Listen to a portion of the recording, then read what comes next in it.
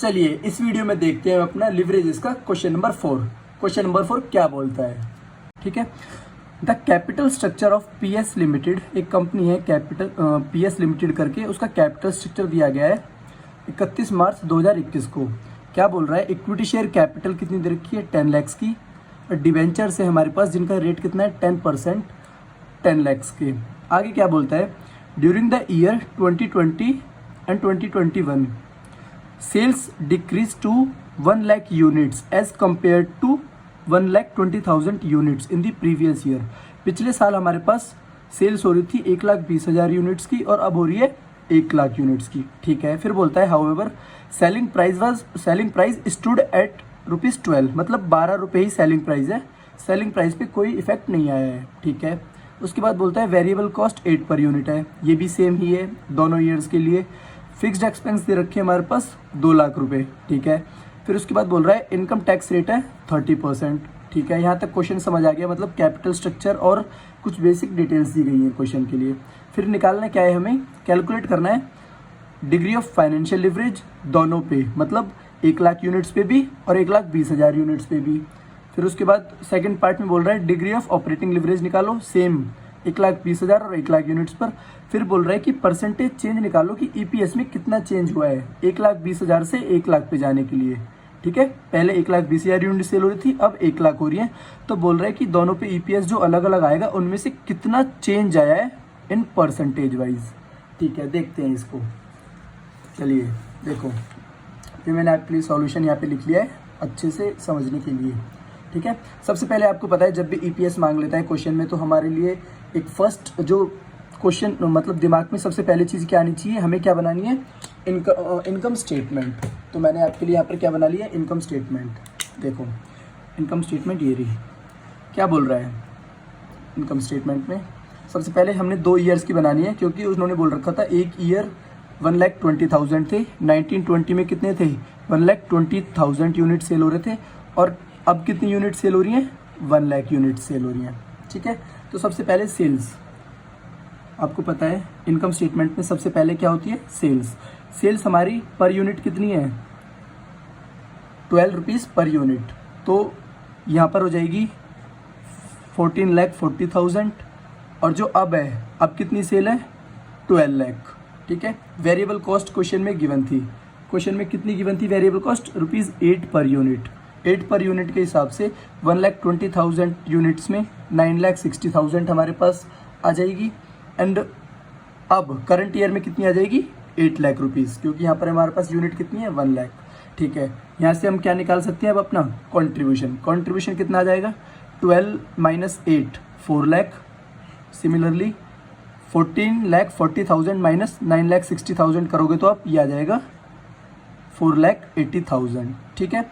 फिर उसके बाद क्वेश्चन में हमें फिक्स कॉस्ट भी गिवन थी, अभी पढ़ा था हमने क्वेश्चन कितनी 2 लाख रुपीज़, ठीक है। यहाँ तक भी एकदम अच्छे से समझ आ जाता है।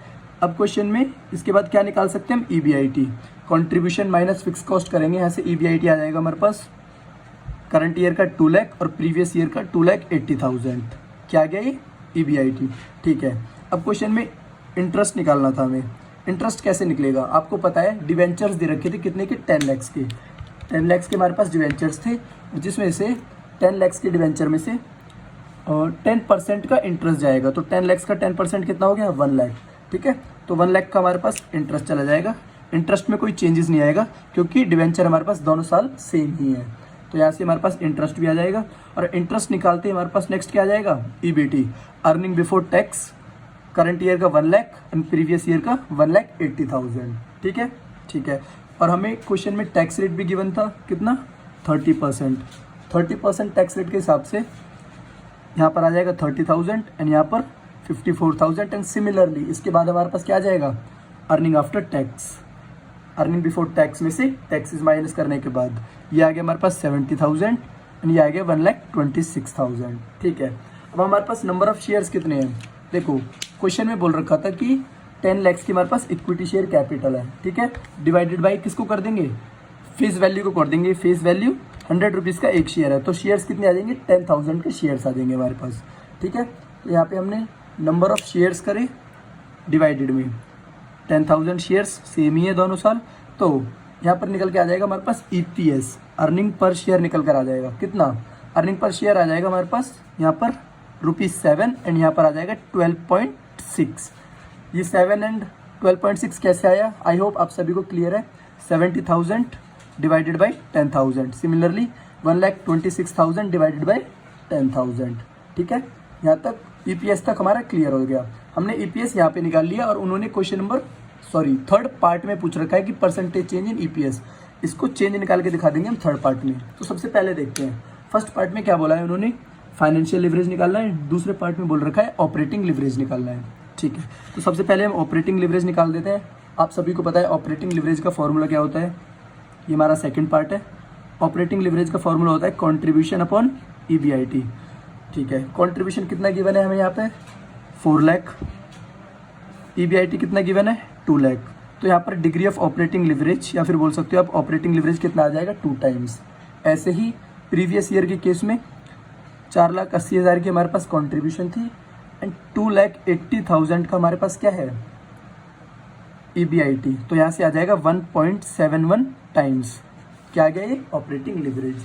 ठीक है, फिर उसके फर्स्ट पार्ट में पूछ रखा था फाइनेंशियल लिवरेज क्या है, फाइनेंशियल लिवरेज भी निकाल दिया हमने। फाइनेंशियल लिवरेज का फॉर्मूला भी सबको पता है EBIT अपॉन EBT।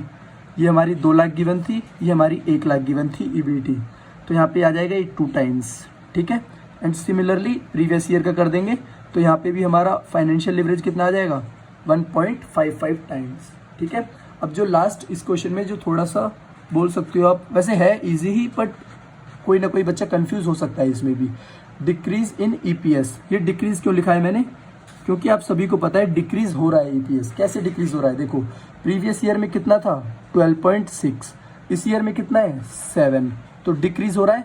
लेकिन हमें ये नहीं बताना कितना डिक्रीज हो रहा है, हमें ये बताना है परसेंटेज के हिसाब से कितना डिक्रीज हो रहा है इन परसेंटेज। तो देखो सबसे पहले हम दोनों में चेंज निकालेंगे। चेंज कितना है 12.6 था पहले प्रीवियस ईयर में, अब ये इस ईयर में कितना है 7, माइनस करके आ गया 5.6 का चेंज है, तो ये हमने लिख लिया यहाँ पर 5.6 का चेंज है। चेंज हुआ कहाँ से है, चेंज हुआ है हमारा 12.6 से प्रीवियस ईयर से। ठीक है, इनटू में 100 कर देंगे, यहाँ से हमारा परसेंटेज निकल के आ जाएगा 44.44%। ठीक है, आई होप आपको इस क्वेश्चन के तीनों पार्ट्स अच्छे से समझ आए होंगे। ठीक है, थैंक यू।